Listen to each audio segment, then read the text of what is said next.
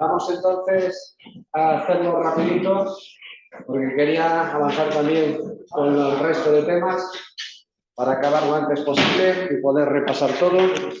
Pero nos sirve este supuesto para repasar un poquito esta materia.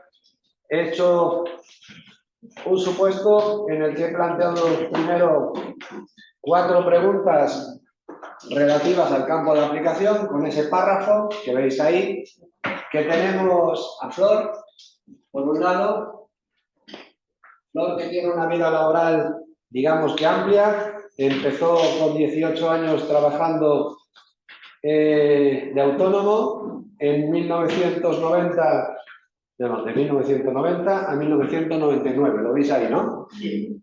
Luego, en enero del 2000 hasta diciembre del 2018, fue contratada por cuenta ajena y después volvió en enero del 2019 a ser trabajador por cuenta propia en una tienda en la que también estaba su esposo, Javier. Bien, estamos con la familia. ¿Sí?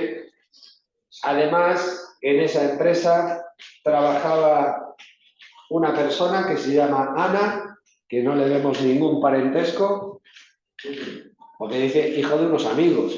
No es, yo ahí no le saco parentesco, ¿no? Vale. Entonces tenemos por aquí a Ana, que sería una trabajadora que no tiene parentesco, y también tenemos a Sara, que esta la voy a poner aquí encadenado, a Sara, que sí que es hija de Javier y de Flor, que tiene 25 años y que trabaja en la empresa. Bien, 4 personas, 4 campos de aplicación. Bien, el fácil sería el primero, preguntar en el caso de Flor por la actividad del 1 de enero del 2019, cuando decide crear, ¿no?, una tienda o una empresa de muebles y trabajar de forma personal y directa en esa empresa. ¿Tenemos claro que es autónoma? ¿Sí? No hay mucho que discutir. Es una empresa que monta ella a título personal, trabaja de forma personal y directa, sería trabajadora del régimen especial de autónomos. ¿Fácil? Vale.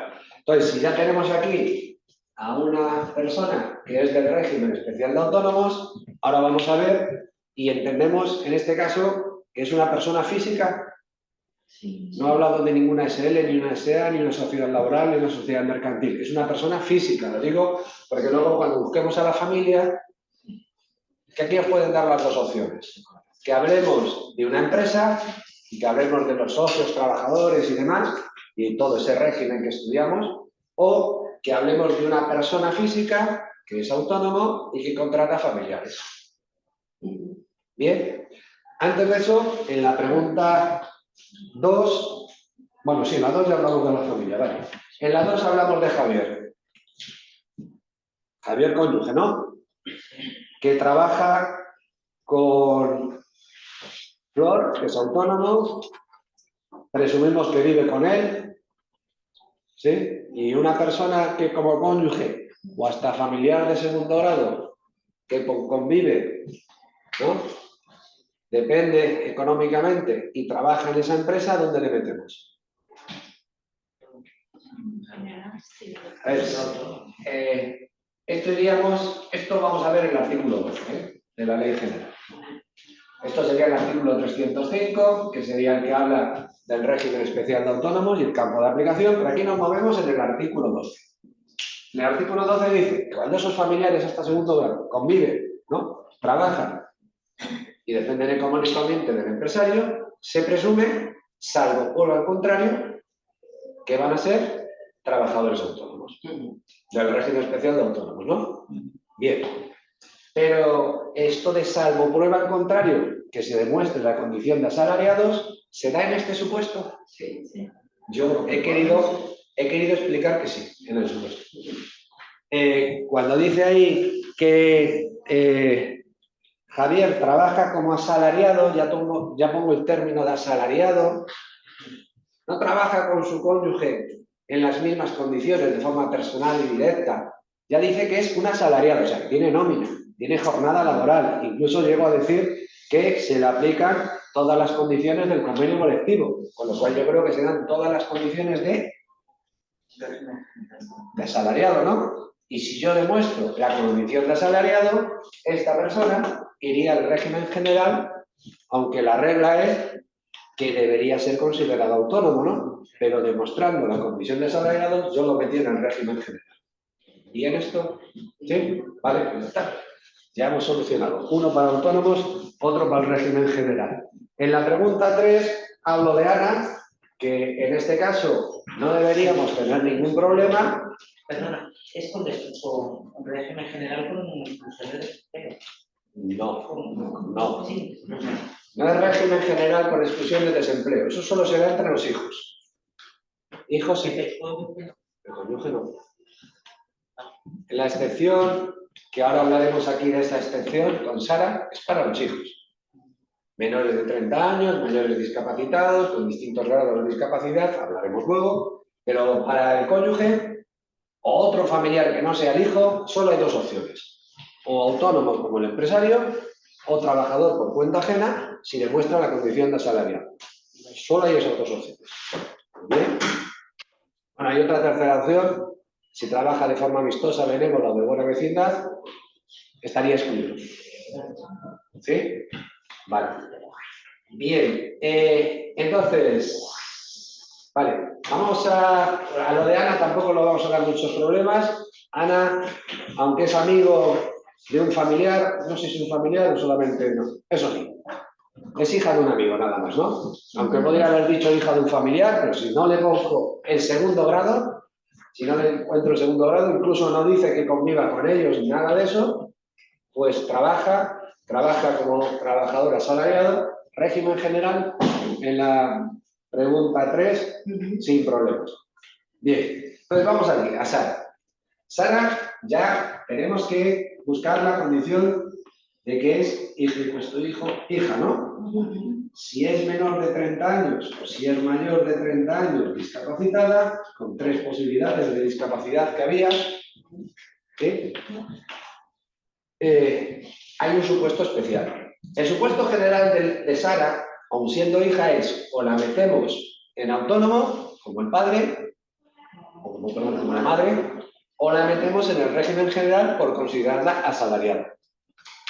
¿Bien? Pero la tercera opción es la de si es de parentesco de hijo y está en estas condiciones, que en este caso está aquí, ¿no?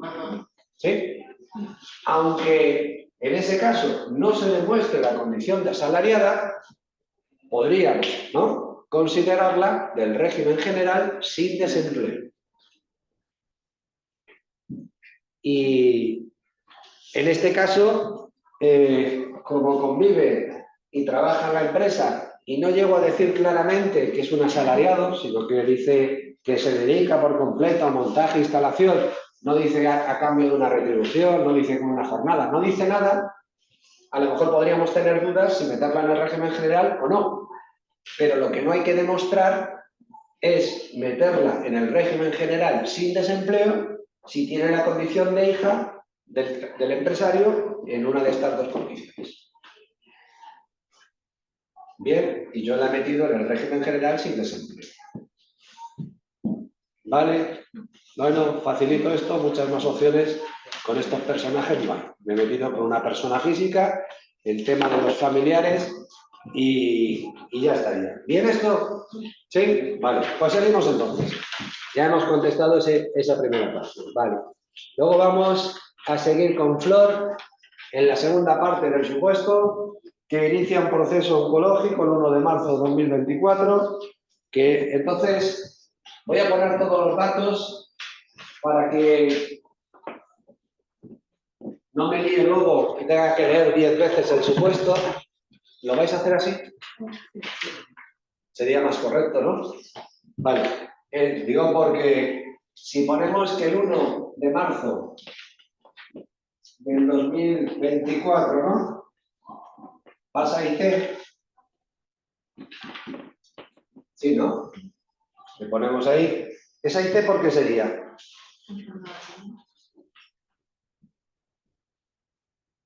Proceso oncológico, enfermedad común, ¿no?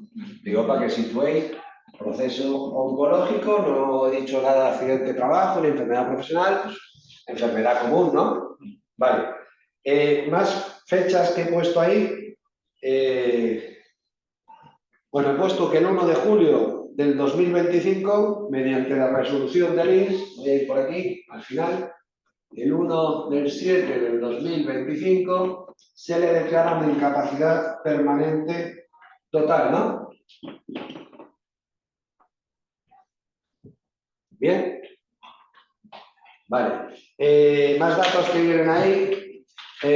Datos que hemos puesto, pues... los datos que he puesto por ahí.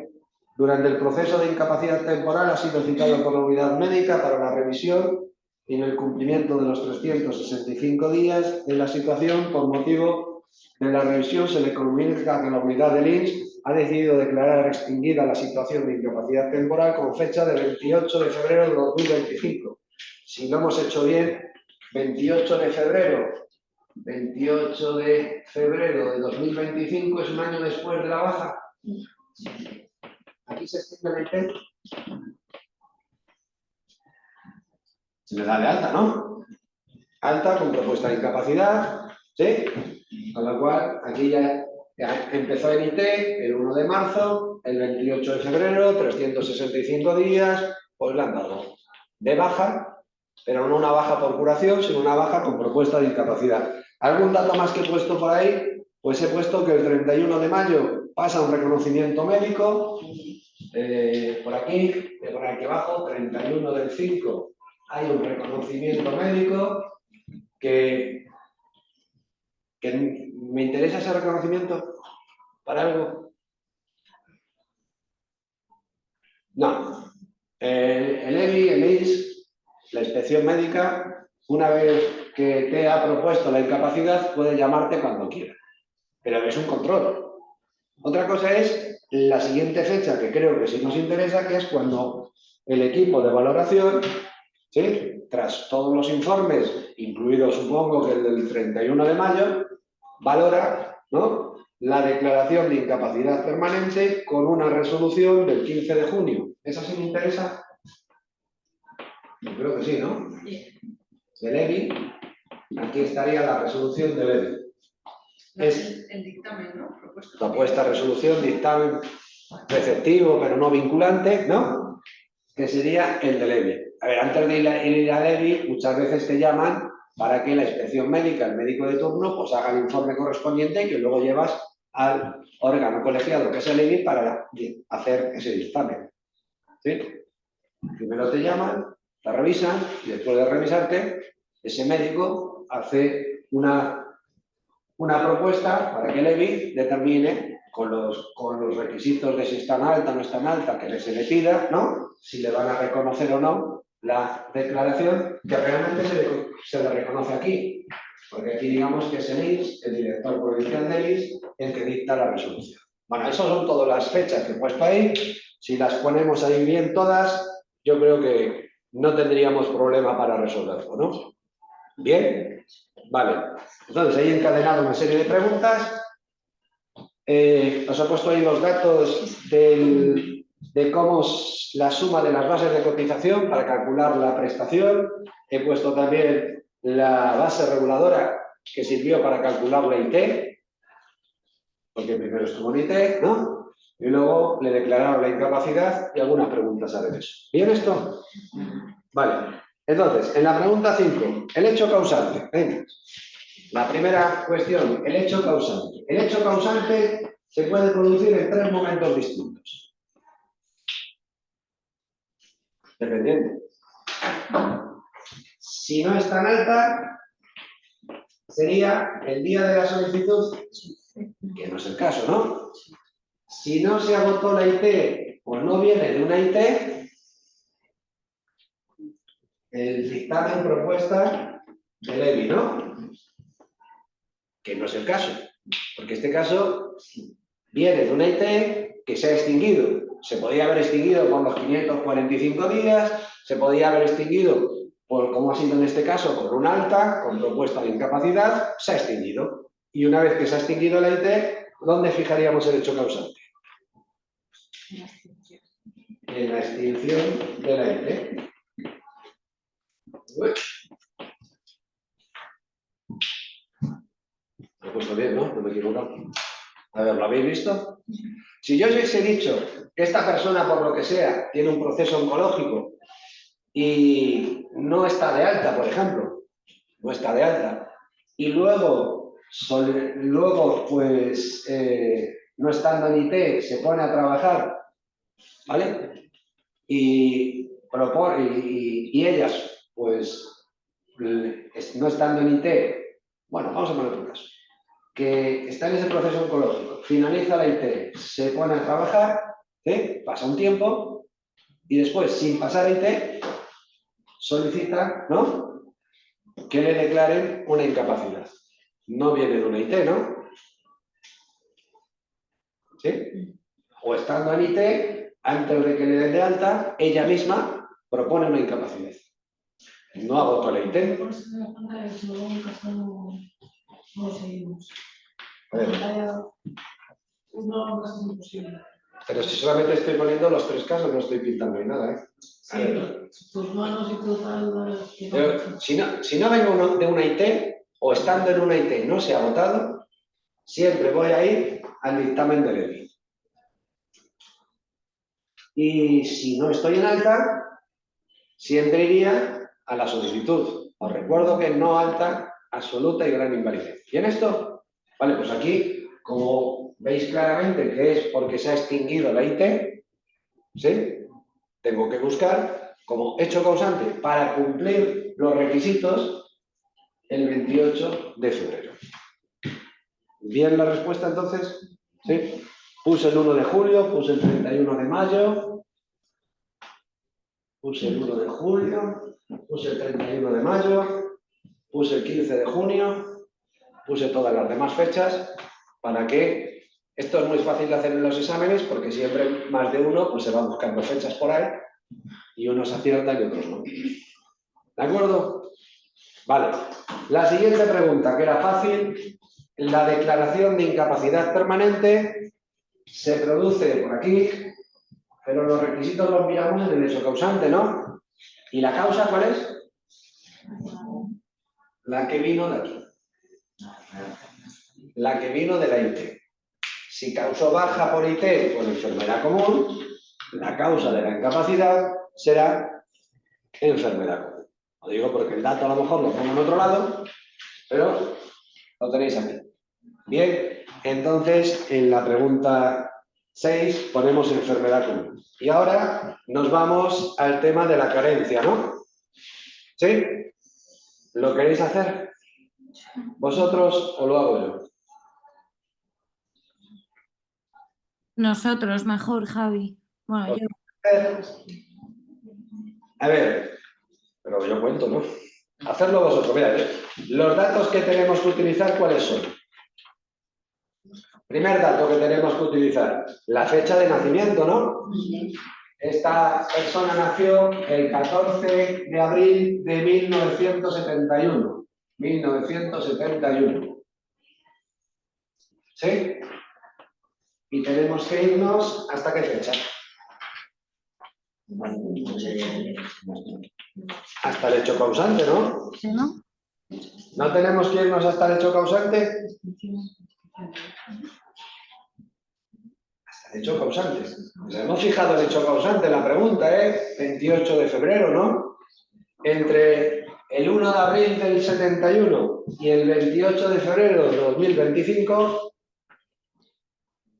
a mí me sale que tiene 53 años y 10 meses.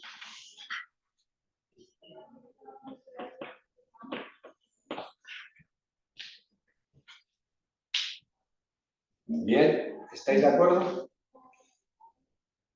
¿Sí? Sí. A ver, está en febrero, contar esto, febrero, cumple en abril, si fueran 2 meses más, ¿no? Ya tendría 54. Si es el 71, 2025, tampoco hay que ir al día, ¿eh? Tampoco hay que contar al día.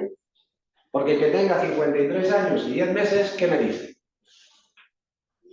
que voy a tener que buscar la carencia como si tuviera más de 31 años, porque si tuviera 23 años, tendría que buscar la carencia de los menores de 31, ¿no?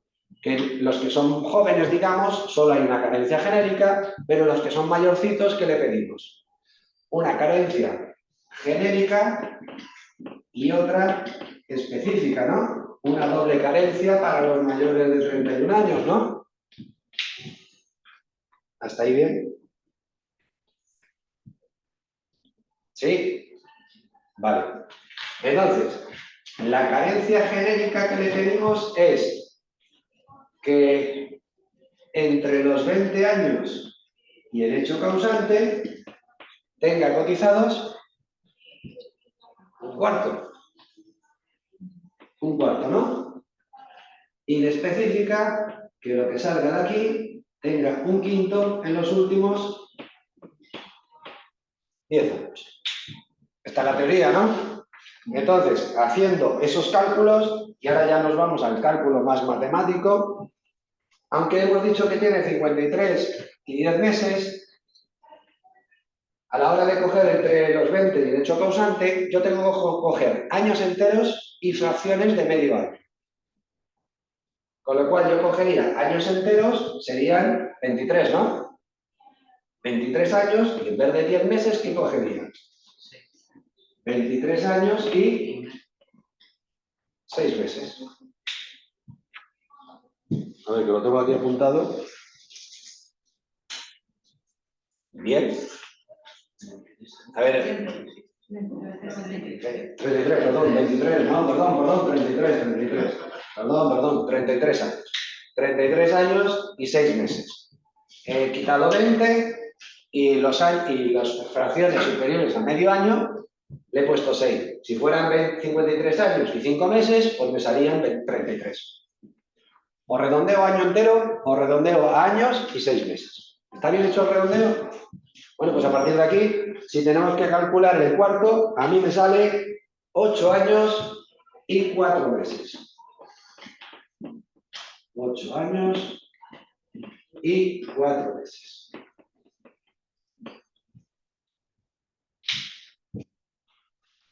Porque los periodos superiores a los meses los redondeo. Aquí nunca me pueden salir días. No me pueden salir 8 años, 4 meses y 3 días. No. Los días también se desprecian. ¿Vale? Viene el redondeo este que me da 3.004 días. 3.040 días. Lo de los 3.040 días me hacen falta ¿para qué? Para calcular el quinto. Un quinto de 3.040 días me da un total de 608 días. 3.040, 6.608 días que tienen que estar en los últimos 10 años sería la carencia específica. Javi, Dime. hola, una cosa. Yo lo estaba haciendo ahora y a ver, de 33 y 6 meses, bueno, yo lo hago 8 por 4, 32 y me queda un año y 6 meses. Le sumo el año y ¿por qué no es 8 años y 6 meses? Un cuarto de cuánto sale. O sea, como tenemos medio año, ¿por qué no le sumamos esos 6 meses ya? 8 por 4, 32. Me queda año y medio. Le sumo un año. Bueno, yo lo hago quizá de otra forma, pero digo, ¿no son 8 años y 6 meses? ¿Cuarto de 18 meses cuánto es?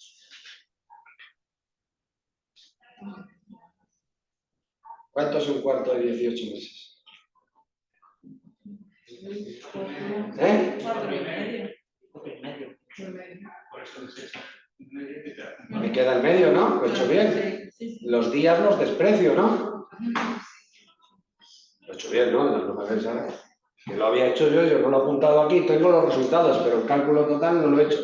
Es que no puede, si no me da un mes entero, si no me da 5 meses, no lo puedo utilizar. Si me da 4 y pico, no utilizo los días. ¿Vale? Bien, intentar hacerlo. Intentar hacerlo, practicar un poquito eso, hacer esos redondeos. Luego, esto, pasarlo a un quinto, es más difícil. Por eso a lo mejor es más fácil pasar todo luego a días, ¿sí? Y esos días hacer el quinto. Pero esto hacerlo en días no, porque tengo que hacer redondeos. Este tramo de aquí, que me salía 53, 10 meses y 20 días o lo que sea, ¿no? Sí que hay que redondear. ¿Sí? A años y meses. Meses de 6, ¿eh? Periodos de 6. Entonces aquí sí que redondeo, pero luego aquí no. Yo no utilizaría esto, hacer un quinto aquí, ¿eh? Sería mejor pasarlo a días y lo hacemos. Bueno, de todas maneras, en el examen, en este caso, solo pregunté por la cadencia genérica, ¿no? Vale, entonces la carencia genérica os da 8 años y 4 meses. Sí. Vale. Bien. La específica no lo he preguntado, pero lo he puesto aquí. ¿Vale? A ver, que probablemente en el examen solamente tengáis, muchas veces lo que van a preguntaros es si hay carencia genérica y específica, si solo hay carencia genérica, si la específica es en los últimos 10, en los últimos 7 o en los últimos 15 años. A lo mejor se van más a la parte teórica que a la parte práctica. Yo pongo la parte práctica porque es una buena excusa para repasar la teórica. No es que me preocupe el redondeo este que tenemos que hacer, que yo creo que matemáticamente no nos lo van a pedir, pero que sí que nos pueden decir que esta genérica se mide entre el nacimiento y el hecho causante, entre los 30 años y el hecho causante, que te pongan un tercio, un cuarto, un quinto, y te van a liar en esos datos. No en el dato matemático. Yo creo que el dato matemático no lo van a hacer. ¿Cómo? Para que se vea desde casa. Ah, Es que cuando luego repasamos en casa, vale. no se ve. Bueno, dejamos ya estos cálculos. Fácil, ¿no? Bueno, Sí, la teoría, solo la teoría. Cálculo matemático, como vuestra compañera que decía que a mí no me sale y tal, me interesa menos. Porque esto luego a veces, pues muchos que somos de letras y tal, tenemos ese problema. Pero no es lo que yo creo que nos van a plantear. Nos van a plantear la teoría, más que la parte matemática. ¿Bien? Bueno, la pregunta 8, que es sobre la base reguladora, que tampoco creo que nos vayan a hacer que calculemos ninguna base reguladora, pero sí que tenemos que saber que la base reguladora se calcula, en este caso, dependiendo de la causa y dependiendo de la edad, ¿no? ¿Sí? Entonces, como este trabajadora, tiene más de 8 años de carencia, no le pedimos más de 8 años, ¿sí? Y la causa es enfermedad común, la base reguladora que vamos a tener que utilizar es 96 bases de cotización dividido entre 112. Los 8 años, si hubiese salido aquí 6 años, la fórmula sería coger tantas bases de cotización como meses pedimos de carencia y luego lo tendríamos que dividir por el número de bases más, ¿no? 1,16666, ¿no? ¿De acuerdo? He dicho más y es por. Pero tampoco creo que nos vayan a preguntar matemáticamente eso. Simplemente, si fuera un accidente no laboral, tendríamos que coger 24 bases de cotización, dividirlo entre 28 en un periodo de... ¿Eh? 7. Vale, si fuera un accidente laboral, cogeríamos el salario real anual, ¿no? Bueno, acordaros de que a nivel teórico os podéis preguntar por esa base reguladora. Que en este caso, si cogemos el dato que nos dieron de 134.400 euros, que sería la suma de las 96 bases de cotización, ¿sí? Si lo dividimos entre 112, a mí me da 1.200. Esta parte, por ejemplo, yo creo que no la van a preguntar. No te van a preguntar cuál es el resultado. Yo lo hago para justificar, ¿no?, que estudiéis y que repaséis cómo, ¿no?, se calculan las bases reguladoras. Os recuerdo que esta base reguladora, como es de 96 entre 112, hay actualización de bases, hay integración de lagunas, hay una serie de elementos, ¿sí? Vale. Por cierto, y se me olvidaba. Y me da 1200, porque al ser enfermedad común, sobre esta fórmula, con la actualización de bases y la integración de lagunas, tengo que mirar el porcentaje que le correspondería si se hubiese jubilado con 65 años o con 67, ¿no? ¿Bien la idea? ¿Sí? Entonces, a la hora de hacer ese porcentaje, como esta persona tiene una vida laboral muy amplia, porque me salen 9 años en autónomos, 18 en el régimen general, me salen 32 años y 2 meses de vida laboral, y como cuando le declaran la incapacidad tiene, ¿cuántos años le hemos puesto?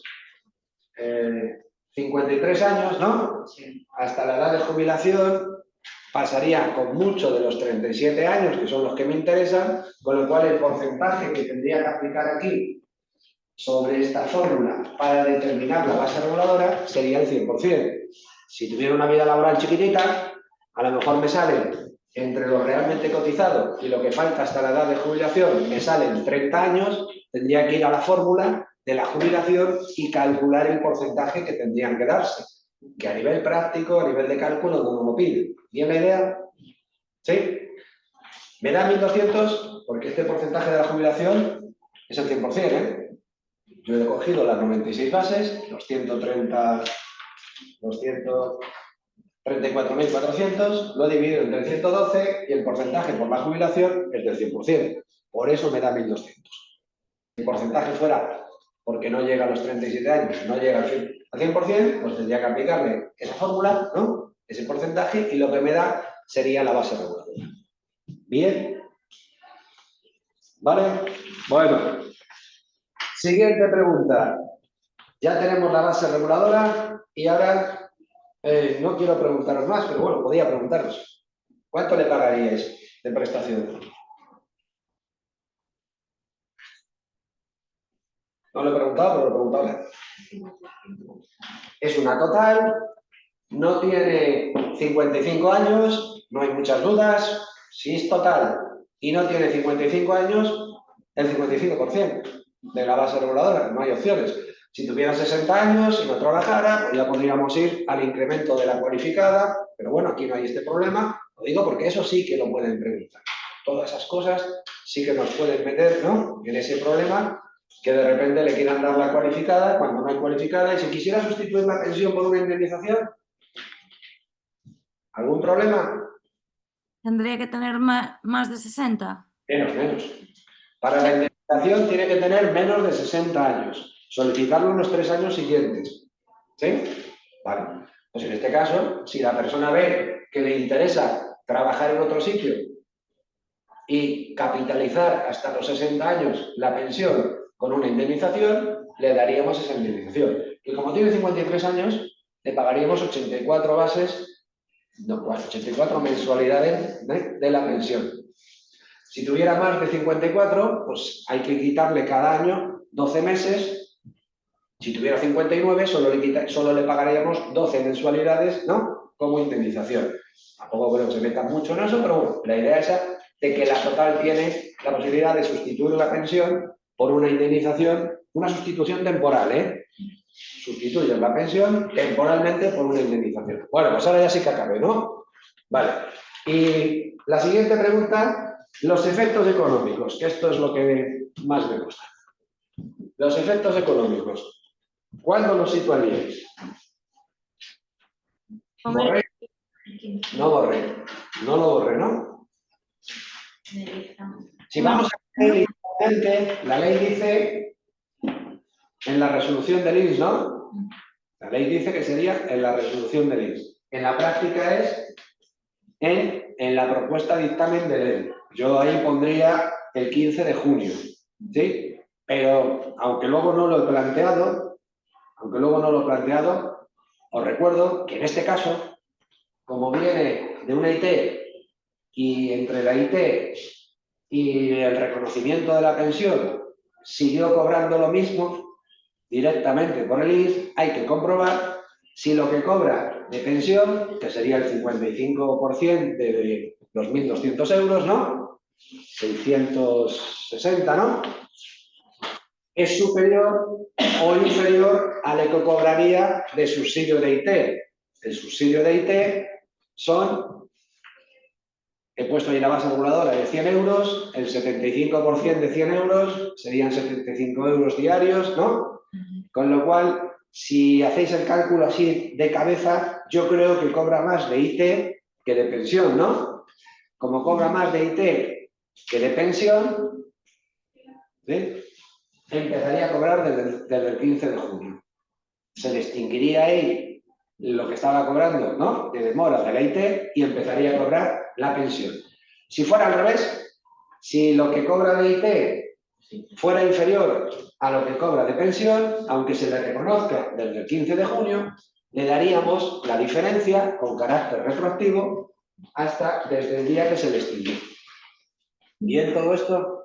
¿Sí? Bueno, entonces vamos a contestar 15 de junio, ¿no?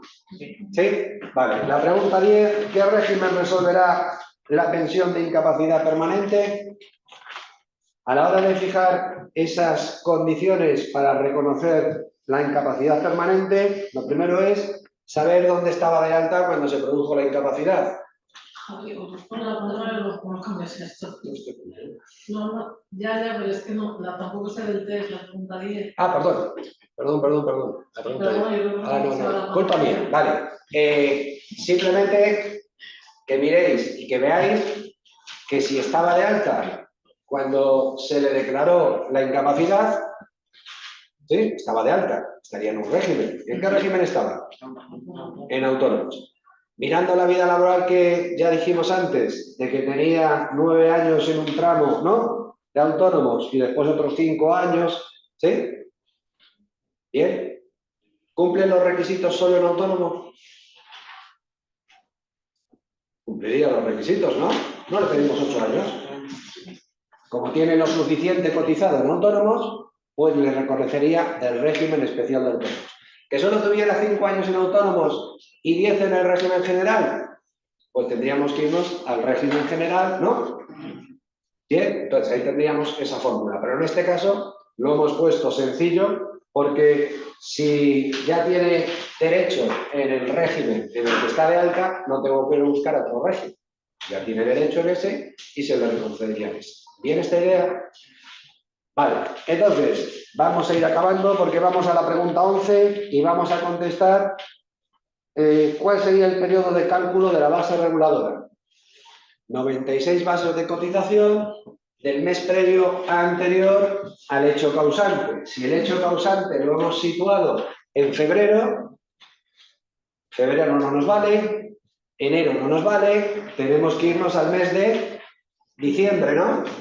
Y como veis en todas las respuestas, solo hay un mes de diciembre, ¿eh? Tampoco lo he puesto muy difícil. Entonces, de diciembre de 2024, si nos vamos 96 bases de cotización, 8 años para atrás, nos iríamos a enero de 2017. Bien, aquí simplemente hacer bien las cuentas. Mes previo anterior al hecho causante. No me metáis ni el mes del hecho causante ni el mes anterior. Mes previo anterior. Porque en la IT es el mes anterior al hecho causante, ¿no? Que es la que es en el mes anterior. En jubilación, en incapacidad, ¿sí? Siempre nos vamos al mes previo anterior al hecho causante. ¿Bien? Sería enero 2016. No, suma los años, sí. Yo creo diciembre de 2024 a mí me sale, sí, en enero de 2017. Me salen los 8 años. Me habré equivocado. No sé si me he equivocado ahora mismo, pero a mí me sale, ¿no? 8 años, hacerlo así. Hacerlo así. A mí me salía así, ¿eh? Además, lo tengo aquí apuntado, ¿eh? Porque a veces ya me confundo y no. En estos casos, haced como yo, cogéis y pintáis. Año a año vais pintando para no equivocaros. ¿Vale? Bueno, la pregunta 12. Si Flor Si Flor recibió la resolución el 10 de julio de 2025, ¿qué plazo tendrá para mostrar su posible disconformidad? Un plazo de un procedimiento. Primero, ¿podemos recurrir este acto del 15, ¿de cuándo era? ¿Del 1 de julio? Ah, bueno, el 1 de julio la resolución. Se notificó el 10 de julio. Se notificó el 10 de julio, ¿vale? Y los plazos cuentan desde la notificación. ¿Sí? Lo digo por ti. Sí. Desde la notificación. Y como es una prestación, lo que cabe es reclamación previa. Nunca recursos administrativos. Eso se va para afiliación, cotización, recaudación. Reclamación previa. El plazo general serían 30 días hábiles, ¿no? A partir de la notificación, no de la resolución. ¿Sí? Había ahí uno de 30 días naturales, otro de 30 días hábiles y un mes, ¿eh? Aliados un poco. 30 días hábiles, ¿sí? Desde la notificación. Luego, acordaros que hay que esperar 45 días para que te contesten. Si pasan esos 45 días hábiles y no te contestan, silencio negativo y nos vamos ya a la jurisdicción de lo social, otros 30 días para presentar ya el recurso correspondiente ante los tribunales. Fácil. Bien, ¿no? Vale. Por cierto, silencio negativo, ¿no? Sí. Lo digo porque los recursos administrativos que vimos por ahí, en afiliación altas, bajas, ¿cómo eran? Los silencios eran positivos, los recursos negativos. Vale. Si Flor tuviera... Bueno, otro plazo, para que no se me olvide. Si fuera instancia del interesado y lo solicitase, ¿cuándo se considera que hay silencio? Negativo. A los 135 días. A ver, no tenemos... 135 días, dice el reglamento. A ver, tampoco nos vamos a liar de cuándo se producen los silencios administrativos en cada una de las prestaciones, porque cada prestación tiene un plazo distinto de silencio administrativo. He puesto el ejemplo este porque me acabo de acordar. De que si yo solicito y tengo que y no recibo resolución reconociendo o denegando, hay que ver cuándo se produce el silencio. Y en la incapacidad permanente es a los 135 días. ¿Vale? Bueno, la pregunta 13. Si Flor tuviera reconocida la pensión de incapacidad por el régimen especial de autónomos, que se lo dimos, ¿no? Por autónomos, y quisiera también se le reconociera otra pensión de incapacidad por el régimen general, pues en el régimen general tenía cotizado sus 18 años, me salen a mí. ¿Se lo reconocéis? ¿O no se lo reconocéis? ¿Se pueden reconocer dos pensiones de dos regímenes distintos? Sí, eso es una regla de compatibilidad. ¿Pero cumplen los requisitos para darle una incapacidad por el régimen general? ¿Eh? Los 15 años superpuestos. Vamos a ver, dos reglas a eso. Ahí en este supuesto tendríamos que mirar dos reglas. La primera, ¿en el hecho causante para el régimen general está de alta? No. Pues entonces ya vamos a una regla importante. ¿La total se genera en no alta? Pues ya no tiene derecho, porque no cumplen los requisitos. Bien esta regla, y en este supuesto yo diría esto. No pueden declarar una incapacidad por el régimen general con el grado de total, porque en el hecho causante no está ni en alta ni asimilada. Y si no está en alta ni asimilada, no es, la total y la parcial no se generan en no alta. ¿Os acordáis de esto? Pero vamos a pensar que está de alta, que lleva unos días trabajando y cuando se produce la situación está en alta. ¿Sí?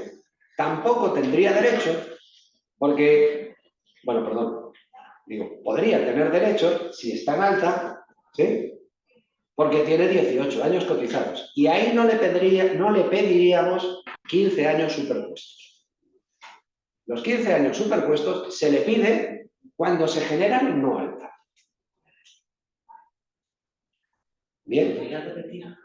Los 15 años superpuestos para que haya dos pensiones compatibles solo se piden si una de esas pensiones se genera en no alta. Vamos a poner que fuera una absoluta. Si fuera una absoluta, el que no esté de alta no le impediría el reconocimiento. ¿Sí? Como le pedimos los 8 años y tiene 13 o 18 en el régimen general, cumpliría los requisitos. ¿Sí? Cumpliría los requisitos de ese. Pero la compatibilidad entre la total y, digo, entre la de autónomos y la del régimen general, cuando una de ellas se genera en no alta, que en este caso sería el régimen general, requiere que esos años que se hacen en el régimen general y en autónomos, al menos 15 sean superpuestos. Y en este supuesto no hay 15 superpuestos. No hay ni uno, me parece. No hay ni un día superpuesto. Con lo cual, no podría, ni porque está en alta, al no estar en alta no puede porque es una total, y si fuera otra, fuera una absoluta, tampoco podría reconocerse la compatibilidad. Digo reconocerse la compatibilidad, porque en ese caso, pues no tiene 15 años superpuestos. En ese supuesto, podría reconocerse la del régimen general y la de autónomos, pero tendría que elegir una.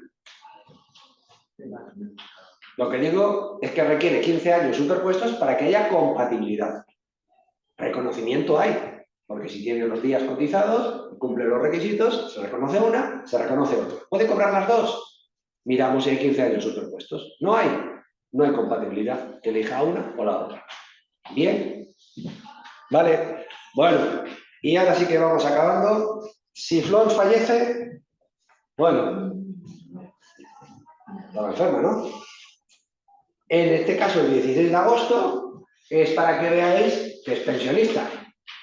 Si fallece el 16 de agosto, fallece como pensionista de incapacidad, para que veáis que el causante es pensionista. Porque si falleciese antes del 15 de junio, sería trabajador.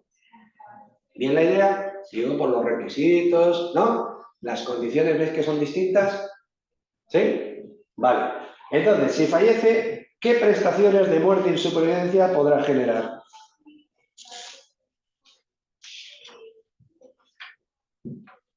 Aquí lo que tenemos que buscar es a los beneficiarios, porque partimos de una idea. ¿Esta persona es causante?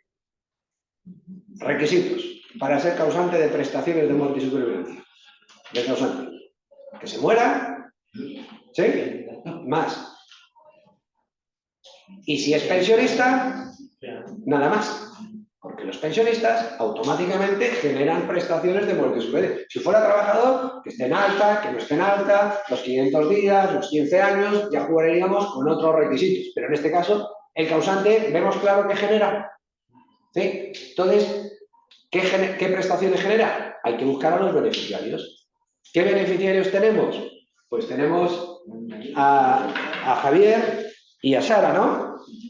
Vale. Javier es cónyuge. ¿Algún problema?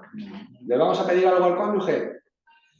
Incluso no sabemos cuándo se casó, pero tiene hijos comunes. ¿Sí? Con lo cual, lo del año, tampoco sabemos si es una enfermedad sobrevenida antes del matrimonio, ¿no? ¿Sí?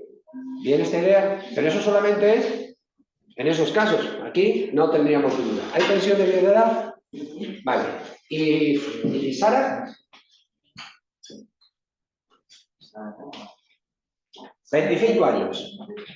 25 años ya supera la edad para la orfandad, ¿no? Si supera la edad para la orfandad, ¿qué le queda? No es mayor de 45 años, aunque el causante sea pensionista, porque el causante es pensionista, ¿no? Si fuera mayor de 45 años, lo estuviera cuidando durante más de 2 años, patatín, podríamos hablar de una pensión en favor de familiares, ¿no? Para hijos. Tampoco es el caso, ¿no? ¿Qué nos queda? El auxilio. Bueno, yo estaba hablando de Sara solo. De Sara. ¿Toda a Sara no le damos nada? ¿Y el subsidio en favor de familiares de 12 meses? ¿No os gusta? ¿Por qué? Porque no la estuvo cuidando. No la estuvo cuidando. No, pero el subsidio no, eso es para los mayores de 45, es la pensión en favor de hijos y hermanos, causante pensionista. Pero ella está trabajando, ¿no? Claro, el subsidio se le da a los hijos, que sean mayores de 25 años, que convivan con el causante durante 2 años, que dependan económicamente, que no tengan derecho a pensión. Esta persona, aunque sí convive, trabaja. Entonces, y encima hay un familiar con obligación de darle alimento, y que puede, que es el padre, ¿no? Con lo cual, digamos que hay 2 condiciones que no sé yo si las cumpliría. Yo el auxilio no se lo daría, en principio. Pero el auxilio, el subsidio. Pero el auxilio por defunción sí. Porque no ha desaparecido, ¿no? Trabajar para ella no dependería técnicamente. No.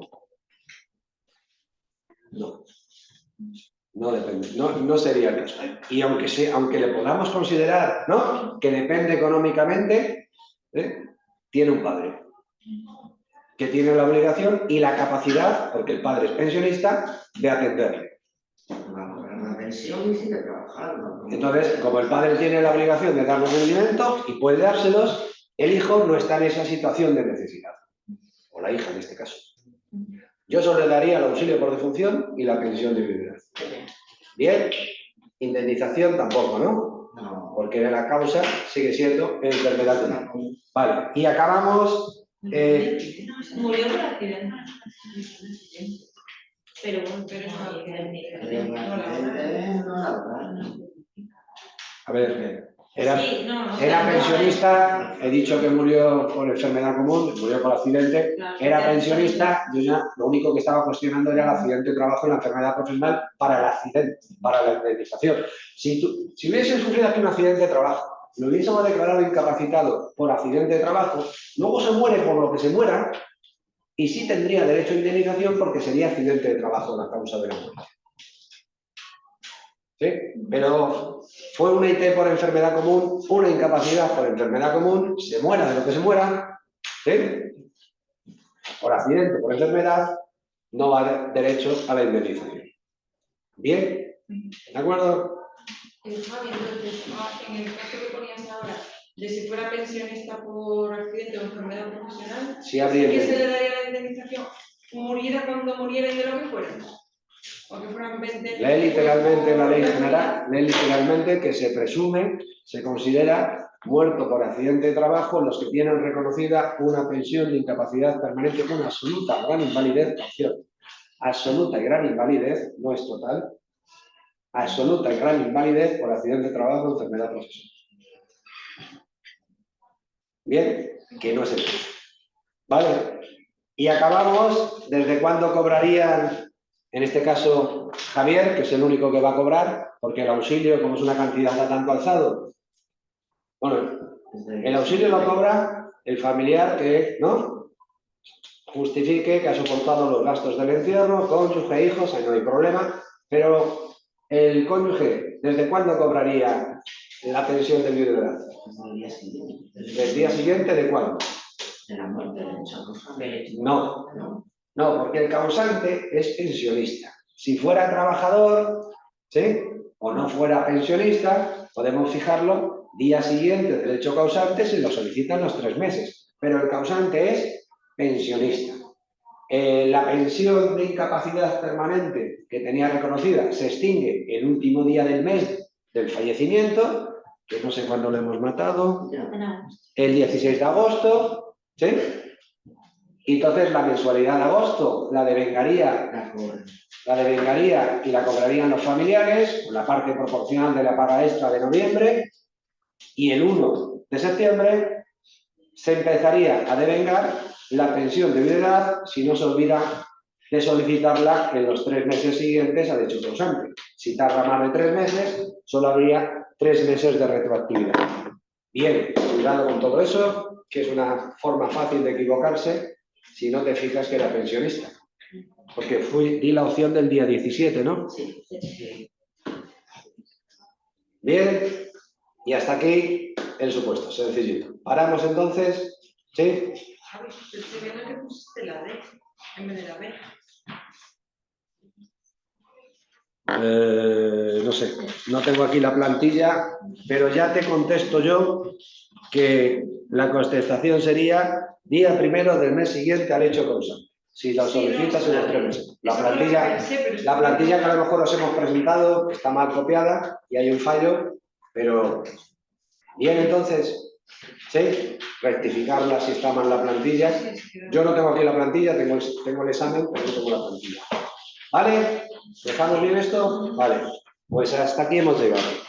Vamos a parar.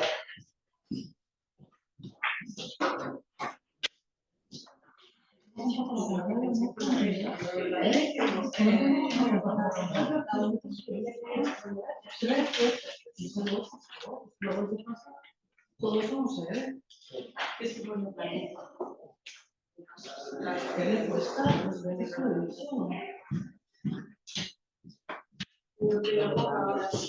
Antes de cortar, Espera, dejamos ver la pantalla.